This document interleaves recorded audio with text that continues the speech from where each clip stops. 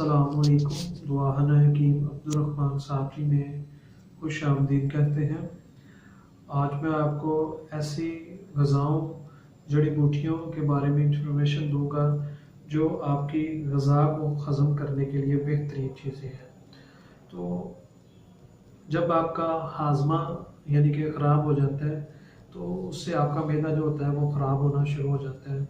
अगर आपका मैदा सही तरीके के साथ काम नहीं करता तो फिर आपका कोई भी चीज़ खाने को दिल नहीं करता और आपके दिन ब दिन जो सेहत होती है वो बिगड़ना शुरू हो जाती है। तो अगर आप अपने मैदे को तंदुरुस्त रखते हैं तो आप खुद भी तंदुरुस्त रहते हैं। तो ये बहुत ही अच्छी वीडियो होगी, इंफॉर्मेशन वीडियो होगी, जिसके इस्तेमाल करने से आप अपने मैदे को दुरुस्त रख सकते हैं।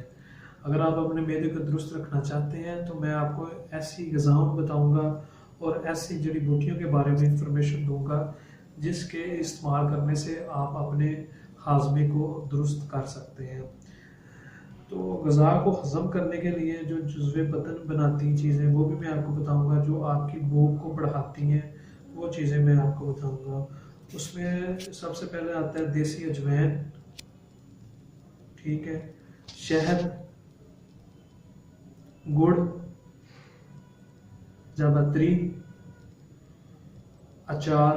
अचार तो आप शौक से भी खा सकते होंगे। अचार अगर आप अपने खाने में इस्तेमाल करते हैं तो वो आपका हाजमे के लिए बेहतरीन होता है। लेकिन अचार जब आप इस्तेमाल करें तो अचार के अंदर आप कलवंजी का लाजमी इस्तेमाल करें। जब उसे बनाएं तो सरसों के ऑयल में बनाएं तो उसके अंदर कलवंजी का भी आप लाजमी इस्तेमाल करें। अचार जो होता है वो आपकी सेहत के लिए अच्छा है, लेकिन उसके अंदर अच्छी चीज़ें डाली गई हों और वो खुद आपने घर के अंदर तैयार किया गया हो। अगर जो आप बाज़ार में से लेते हैं तो वो तो मैं भी आपसे कह सकता हूँ कि वो आपको सही नहीं मिलेगा। लेकिन जो आपके घर के अंदर की चीज़ होगी वो आपको बेहद ही बेहतरीन चीज़ मिलती है। और जो घर वाली चीज़ होती है उसके मुकाबले में कोई भी बाहर में से चीज़ आपको नहीं मिल सकती। अचार का अपने खाने में लाजमी इस्तेमाल करें, इससे भी आपका मैदा जो होता है दुरुस्त रहता है। उसके बाद आ जाता है खरबूजा। फलों में खरबूजा जो होता है वो आपके मैदे के लिए, ग़िज़ा को हज़म करने के लिए बहुत ही अहम किरदार अदा करता है। उसके बाद आ जाता है जामुन। जामुन जो होता है वो आपके मैदे को ताकतवर और मजबूत बनाता है। जामुन का आप इस्तेमाल करें, उससे भी आपका मैदा जो होता है वो ताकतवर और मजबूत रहता है। उसके बाद आ जाता है अमरूद। अमरूद का अगर आप इस्तेमाल करते हैं तो उससे भी आपका जो मैदा होगा वो दुरुस्त रहेगा। उसके बाद आ जाते हैं अरक, आ जाते हैं अरक, सौंफ का आ जाता है। उसके बाद जामुन का अरक आ जाता है। तो ये मुख्तलिफ अरक भी हैं जो आप इस्तेमाल करके अपने मैदे को दुरुस्त कर सकते हैं, अपनी ग़िज़ा को सही तरीके के साथ हज़म कर सकते हैं। और उसके बाद काली मिर्च का जो पाउडर होता है वो भी आप अगर एक एक चुटकी इस्तेमाल करते हैं, उसके अंदर थोड़ी सी चीनी डाल के, तो वो भी आपके मैदे को दुरुस्त रखेगा। उसके बाद सौंफ, अजवाइन, ये सारी चीज़ें जो होती हैं वो आपके मैदे को दुरुस्त करती हैं और ग़िज़ा को हज़म करती हैं।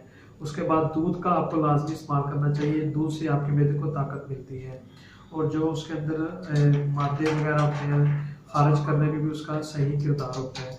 उसके बाद सुबह खाली पेट आप दही का इस्तेमाल लाजमी करें। दही का भी इस्तेमाल करने से आपका मैदा जो होता है वो दुरुस्त रहता है और आपके मैदे के अंदर कोई भी गड़बड़ नहीं होने देता, ना तेज़ाबियत पैदा होने देता है, ना गैस। तो ये ऐसी ग़िज़ाएँ हैं जो आप घर के अंदर इस्तेमाल करके अपने मैदे को दुरुस्त और मजबूत बना सकते हैं। और मज़ीद अच्छी वीडियोस देखने के लिए हमारे चैनल को लाइक करें, सब्सक्राइब करें। शुक्रिया।